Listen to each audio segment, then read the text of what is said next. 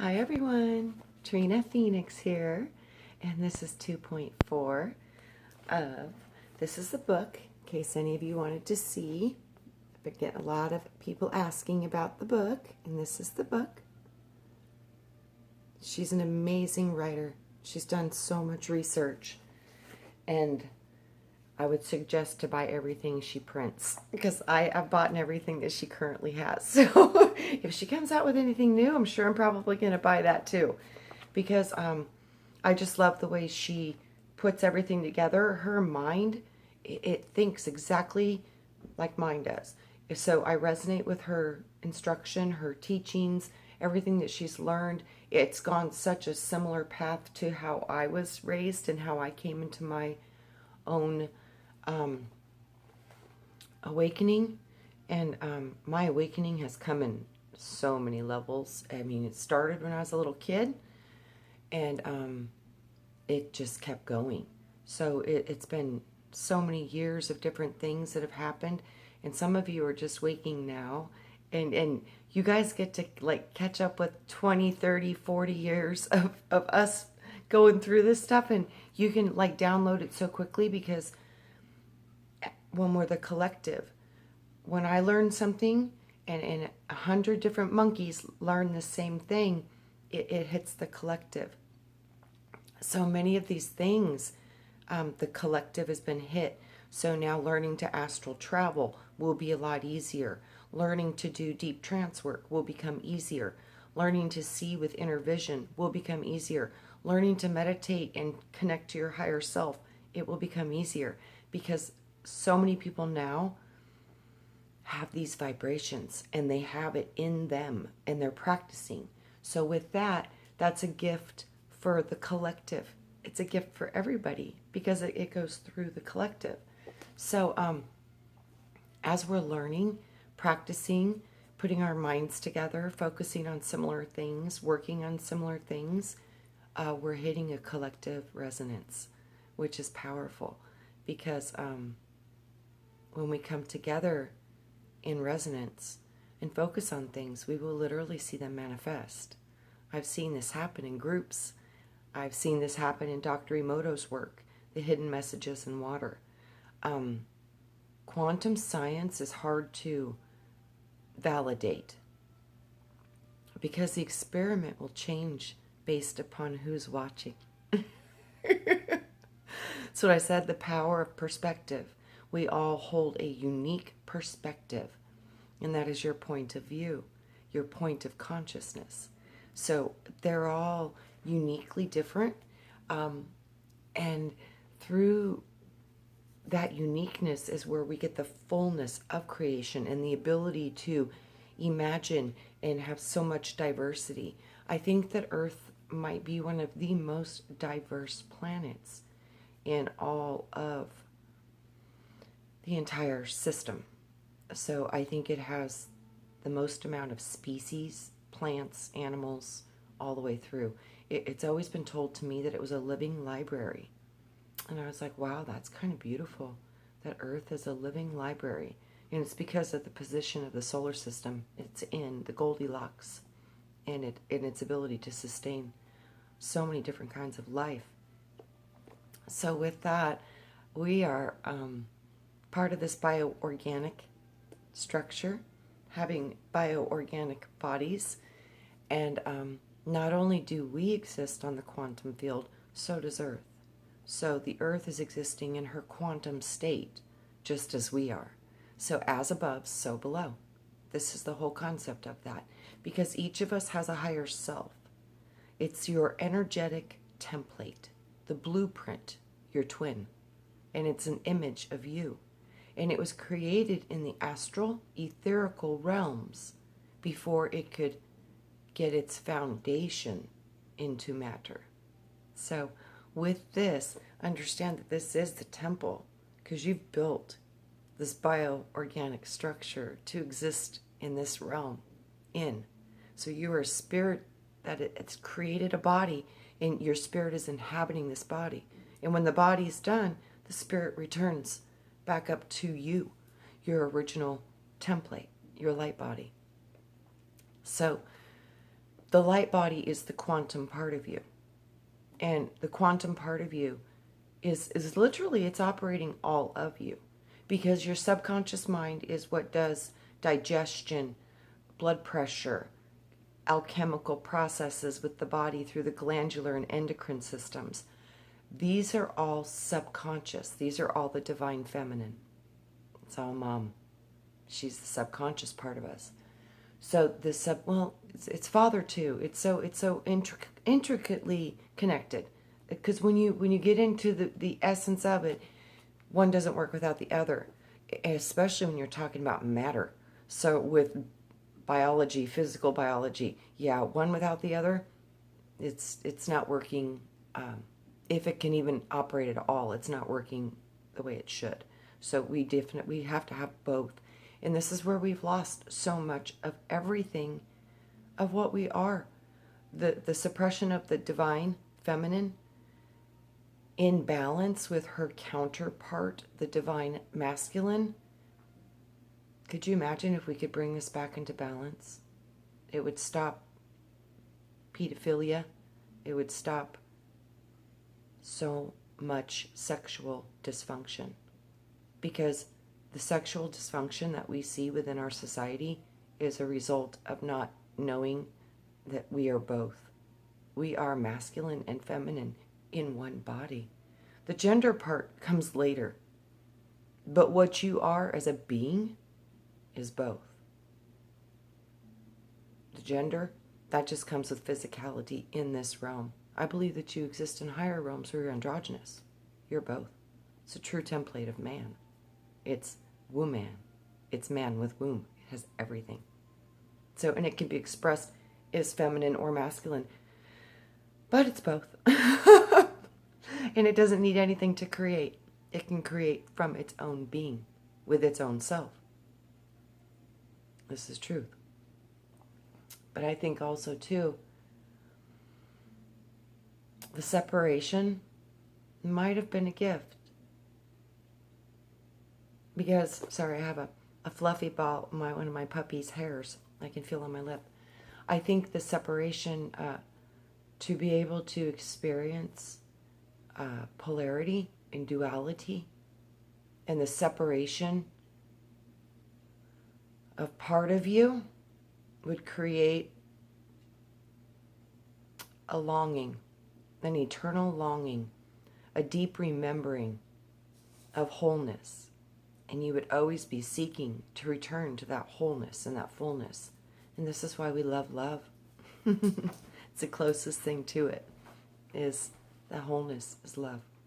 So imagine the greatest love you've ever experienced, and magnify that times 1,000. That's the love that's available. Especially when you get to the higher dimensions, that's the levels that you just feel. The love is so powerful. People who have died and who have been in these in-between states, they feel the love. And they don't want to come back into this realm because it feels so good. So this field of love, it's what we come from. It literally is what we are made of.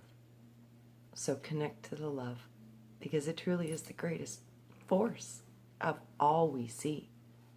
It's love.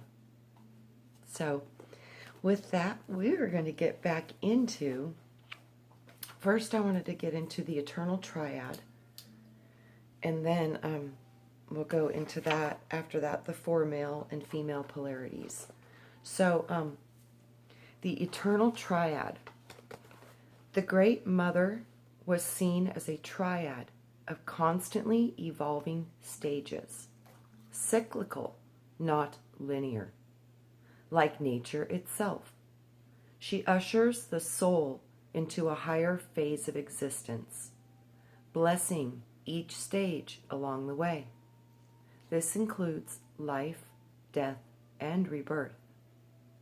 The goddess encompasses all things within herself: the yin, the yang, the masculine, the feminine, the light, and the dark.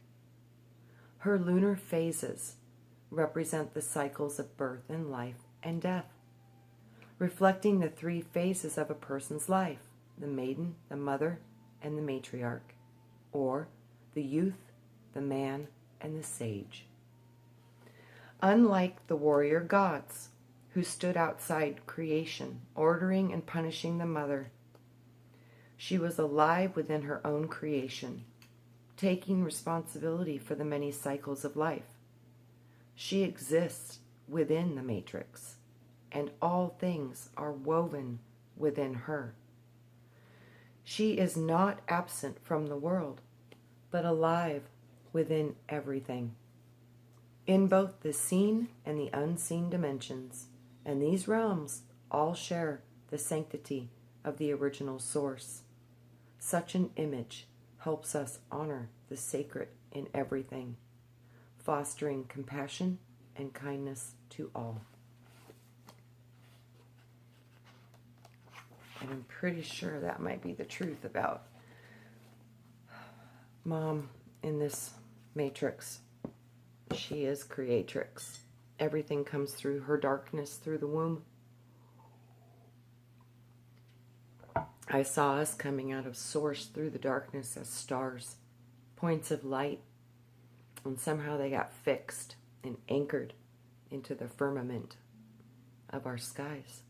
So those stars above, they might be us. It's our light projecting so we can have this body here, because it's coming from a projector. Even science has just recently absolutely confirmed your thoughts and your awareness, it's not coming from your brain. It's coming from a remote location of which they don't yet fully quite understand. So we are connected to our bodies, but we are not our bodies.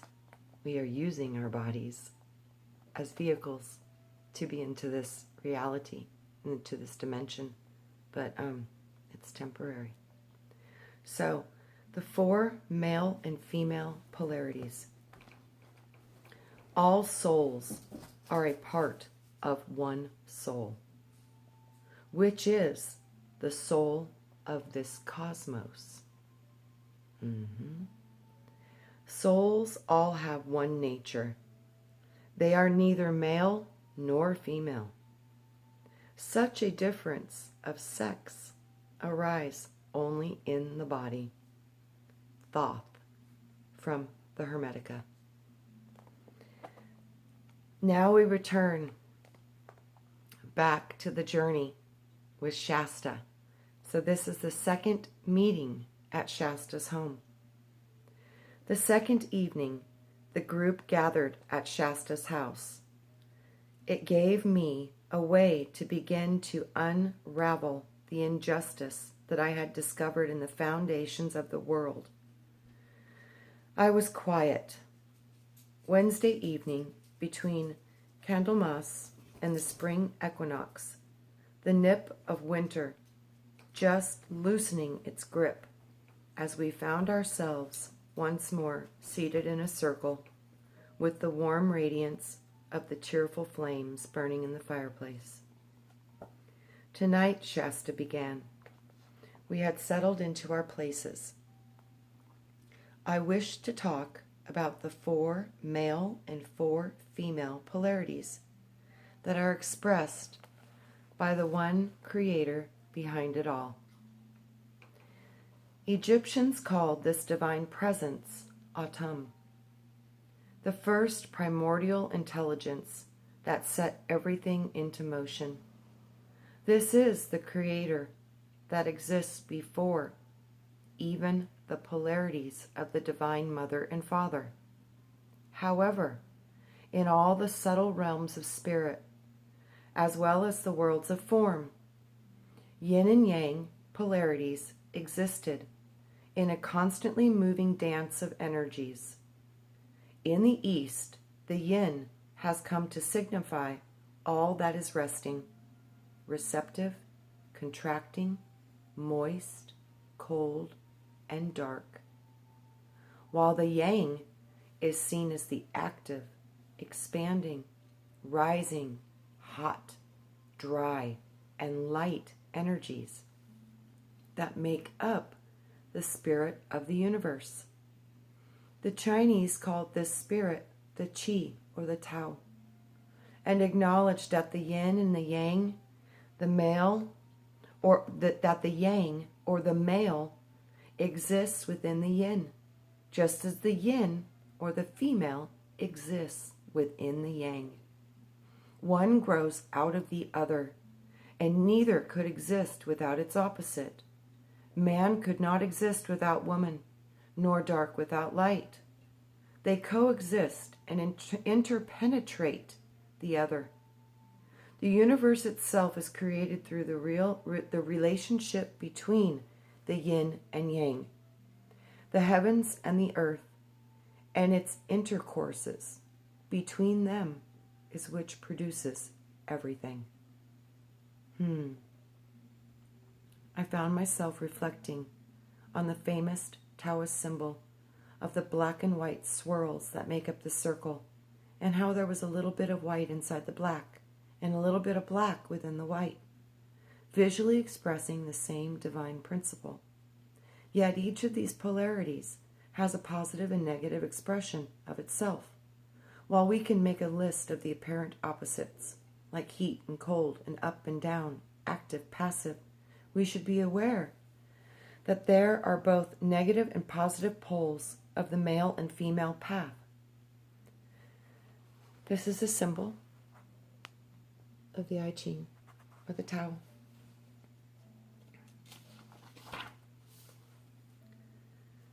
Okay, as we know, we have seen entirely too much of the negative aspect of the male path, or the patriarchy, in the past few thousand years. But it is important to discuss the qualities that we might start to understand how these forces truly interact with one another. The yin current is magnetic, while the yang is electrical. Since we are electromagnetic beings, these currents exist within every human being, as well as every culture. They can be expressed in either positive or negative way. Shasta looked around the circle and saw that we were all warming to her subject. She went on. The negative masculine path is an aggressive, warlike, judgmental, threatening, oppressive, and controlling. It has ruled the world for almost 3 millennia. It is competitive and brutal, violent, punishing, and it is the polarity that needs to change for us to come back into balance as a planet. If we moved away from this polarity, we would abolish all rape and senseless violence. All of us were caught up in her words. We knew that the kind of world, this kind of world, we all knew it all too well. It was in the news almost every night. Bomb threats, military invasions, crimes of hate, domestic violence, all fall into this category. Meg's work with women's rights in Washington addressed these issues on a regular basis. The abuse of women and children was at a record level, especially in Asia and in the Middle East, where women and children were sold into slavery every day, forced into marriage, and kept in legal bondage for life. I saw that Emerald was also paying close attention. She had told us that in the law firm where she worked, there were only 2 women lawyers as opposed to 16 men. But at least, I reflected, women were now gaining the tools to be able to finally stand up for themselves. I couldn't almost help but think about how the patriarchy had descended so strongly on the rest of the world once the age of Aries had arrived around 2200 BCE. Since Aries is the age that is traditionally thought of to be ruled by Mars, the god of war, it seemed to have ushered in an era of conflict, hostilities, and brutal male dominance. So strong was the pull of this masculine aggression that virtually it overwhelmed the softer feminine age of Pisces, which began around 100 BCE, and it is now only just ending. Pisces is ruled by water, a symbol of emotions and spirituality. The age of Pisces was intended to be a spiritual and introspective period focused on the spiritual teachings of Jesus, its avatar. But it was overwhelmed by the more dominant masculine forces, basically creating a male-dominant and male-subdominant streams of energy that affected many cultures around the world. This is a part, and this is the main reason the world has been so out of balance, since both the male and the female polarities must be in balance if people are to create healthy societies. It is an amazing testament to the raw strength of this negative aggressive aggression that is so completely that is completely overshadowed by a very spiritual age like Pisces, whose avatar was the incredible Master Jesus. If an enlightened being such as Jesus, whose deeper teaching sought to usher in balance between the male and female polarities, couldn't begin to turn the tide of human consciousness until now, imagine how successfully the dark forces have used this negative current of lies and suppression for the disintegration of men and women alike. But Shasta had continued to speak. The positive side of the masculine path is courage and leadership, represented by Horus or Apollo, a positive male symbol of the illumination and healing. This archetype gives us the bravery to act on our convictions and also to consider the needs and feelings of others. The path of the builder, the doer, the maker, and the creator gives order to the world. This path develops science, knowledge, and understanding, and it is willing to take chances. But its highest expression is that of a champion for truth. It is noble priest king who is there for the good of the community. I loved this aspect of man. Oh, I thought, for their vision, their courage, their ability to change the world. But I knew full well that either gender can make this difference if we marshal the courage to act, no matter how tuned in we are at a spiritual level. If we do not take action, nothing can be accomplished. Shasta went on. The positive feminine path is one of wisdom and love. It is the path that connects us to our spirit directly. The person who sits at the center of her own being and receives gnosis is the direct connection to source through knowing, feeling, intuition, receiving, and wisdom. She is the wise one who is able to see and hear and feel and know the divine. This is the archetype of Sophia or Isis, the goddess of wisdom. She is the life giver who opens us up to the heart and has the power to embody the totality of creation itself. Shasta looked around the circle to see if we were following her. The divine mother of love. This thought seemed to come into my mind out of nowhere. I reflected then upon my own interactions with my beloved guide, Ariel. She had told me long ago, I am the creatress, from which all other aspects of the Divine Mother flow. I love all things, I heal all things, and I forgive all things. As the Divine Mother of the cosmos, she follows us through all the many cycles of change, and she nurtures us as her children. I thought about what she had told me in our last communication. I am Ariel, and I am the center. I am the heart which knows your name. I am the reason behind every being, that part of creation which gave you love. I am Ariel, and I am dew. I am the sweet refreshment that lies over the thrill of life itself. I am the quivering beat of the heart that has fallen in love, the passion between two lovers, the tenderness of a mother and a child. I am Ariel, and I am beauty. Beauty in the depths of your great longing. Beauty in the turning of your beloved. Beauty in the songs of the flowers. Beauty in the dance of the insects. I am Ariel, and I am love. I am Ariel, and I am God. I am the still point in the undivided heart. I am the ripple across the face of the pond. I am the first sound that issued out from the center of creation.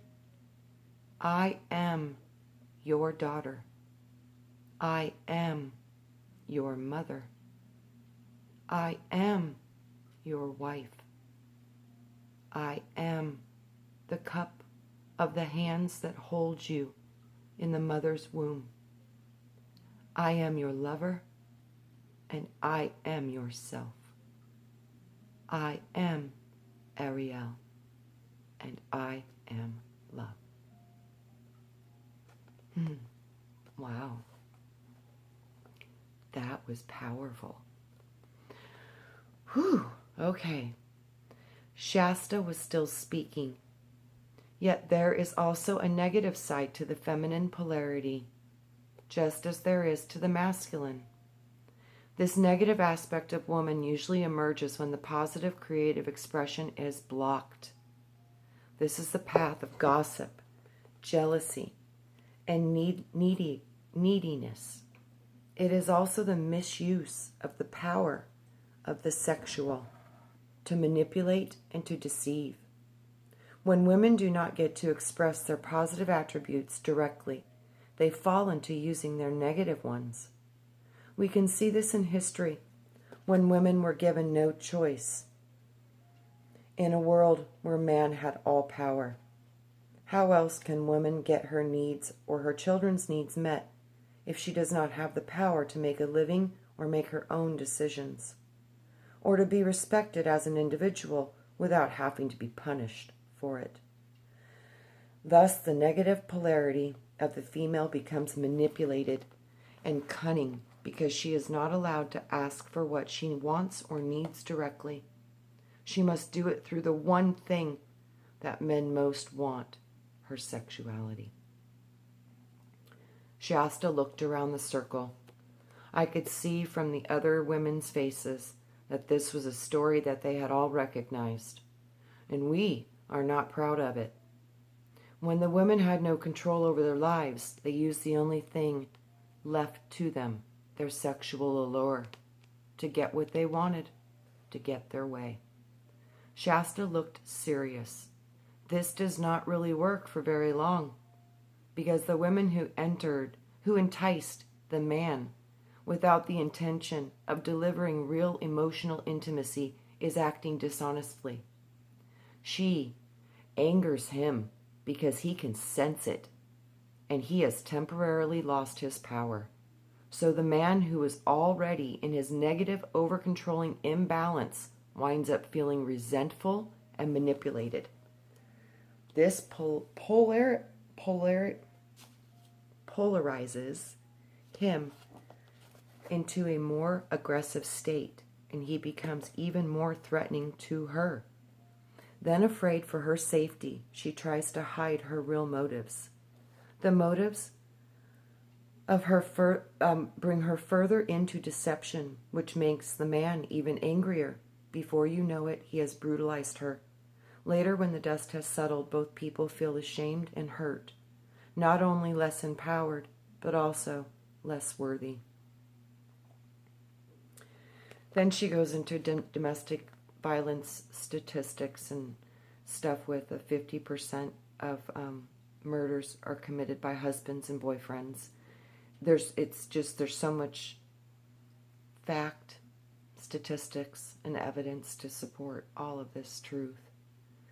But the dance between the masculine and the feminine forces are not only happening on a personal level, they are happening on a global level. These 4 positive polarities and negative polarities, negative male and female energies, can also be applied to religions and societies. The religions that dominate and control their subjects with fear, oppression, and threats, just as there are political regimes that do the same thing. These societies threaten, bully, and destroy not only their religions, but even their own people who will not submit. They are caught in the negative masculine polarity. I had just been studying the grievous use of this heavy-handed approach in the Old Testament, in the sect of Yahweh. This was the beginning. The Christians, the Muslims, now they've continued to act with violence for the past 1,500 years, and we have inherited many of these same negative patriarchal traits. Shasta went on, spiritual paths teach us to turn inward, to follow the positive female path. These paths teach meditation, contemplation, and the development of the inner senses. They then allow us to perceive the supernatural worlds of spirit that lie all around us. These Eastern paths and the more esoteric Western traditions, as well as the teachings of the goddess, also honor human and animal rights because they know there is a sacredness in all life. It is in everything. She looked around the room. You could see all the women's minds were going 1,000,000 miles a minute as we compared the paths of Christianity, Judaism, and Islam to the more contemplative paths of Buddhism, Taoism, and Shintoism. I found myself reflecting on how the negative masculine polarity had launched so many holy wars in an effort to suppress the stream of enlightenment that came from direct experience. This positive spiritual path was expressed by the early Christian Gnostics and later by the Christian Cathars, who were annihilated by the Catholic Church, along with the Templars. It seemed to me that the Roman Catholic Church had not only embraced the dark side of the aggressive masculine polarity, but also the dark side of the female polarity, by creating centuries of ignorance, superstition, and the destruction of knowledge at the Dark Ages. It was through the Church that had embraced the negative aspects of both genders and had offered in return few of the positive treasures of illumination, wisdom, or personal spiritual empowerment needed for true mastery. And if this was the approach of our major religions, how about science, which was far more cerebral and left-brained? Shasta seemed to be reading my mind. Science in its highest form is the search for truth. When it is connected to an understanding of the spiritual source, it is explorative, innovative, and cerebral, all aspects of the positive masculine, but without the balance of the positive feminine, wisdom, that honors the connection between the manifest and the unmanifest spiritual realms, and thus a more humane approach. Science can go too far, objectifying everything for its own use without regard for the sanctity of life. This becomes abuse for the prophets. Whether science abuses people, animals, or nature itself, this is where today, in medical industry and in the energy industries, where the need for balance and not profits that have been polluting the environment, disseminating the animals, destroying our natural habitats, and throwing the world into further out of balance, is everybody following me. She's screaming at the top of her lungs. This is how we bring the world back into balance. We need to learn the power of all of these energies, masculine, feminine, positive, and negative, and start to balance, heal, and consciously use these powers that have been operating against us for well over 1,500 years. So we nodded. I thought of the abuses being expressed in the development of our genetically modified foods, the poisons laced in our crops and soils, the chemtrails polluting the air, and the nuclear radiation we are burying in the oceans, which can contaminate all living things. Not to mention Fukushima. It's still leaking radioactive into the ocean, and we're over 10 years now. 10 years. They're worried about going to space. What about saving our ocean? What about stopping the radioactive waste that's going into the water? Guys, if we don't get a hold of this, this will kill this planet and everything upon it. Earth will exist beyond. She'll heal herself and put herself back together, but we won't be here. And the radioactive destruction of the human genetics might be irreparable. So we have to correct these imbalances upon our world. They're really getting serious. So the Gulf of Mexico, the Arctic coastlines, the prices that now we are paying for this, the contaminations of oil and radioactive things and chemicals, fracking, drilling, all of these things are destroying us from the inside out. Yep, now she talks about Fukushima. Yep, the power plant in Japan, caused by the increasing number of earthquakes that are rocking our world. Instead of realizing that this was a wake-up call to begin to dismantle such centers of radiation, we continue to plan to expansion, approve building more. All these decisions seemed insane. The short sights, and they are completely self-destructive. We are clearly a society out of balance to Earth and all living things. And we, very soon, are going to be paying for our actions. So with that, we will pick up on the next one because I am getting long on this video. Guys, this is so much what's going on right now, and this is the reason we're here.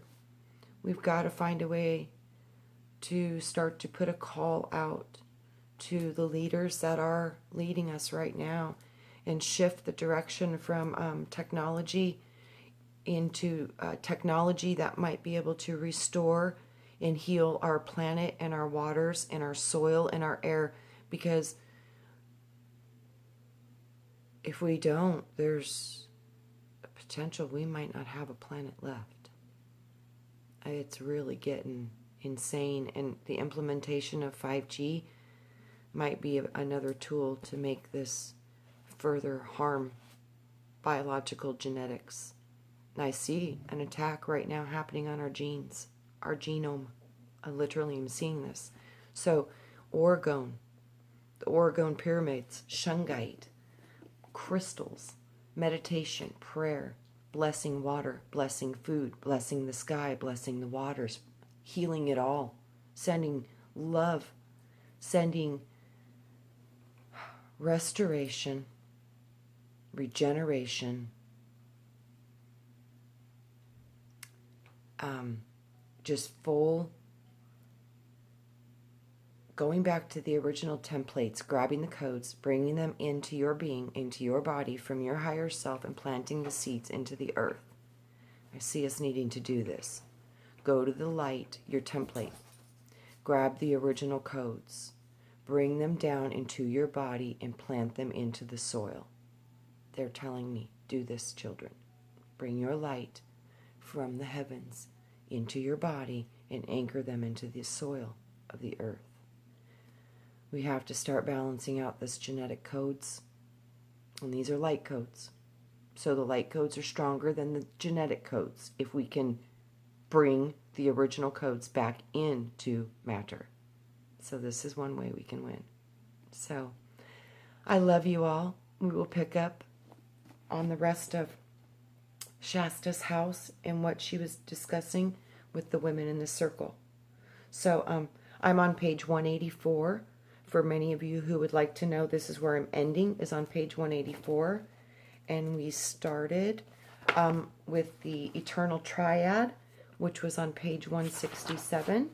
And then we went straight into the 4 male and female polarities, which was page 176. So I know some of you were asking because you're reading along, you wanted page numbers, so I hope that helps you. And I love you all very much, and we'll see you on the next one. Thank you so much for being here, and I love you. And family, we're going to change the world together, and we're going to go down real hard trying. I love you all. See you soon. Bye.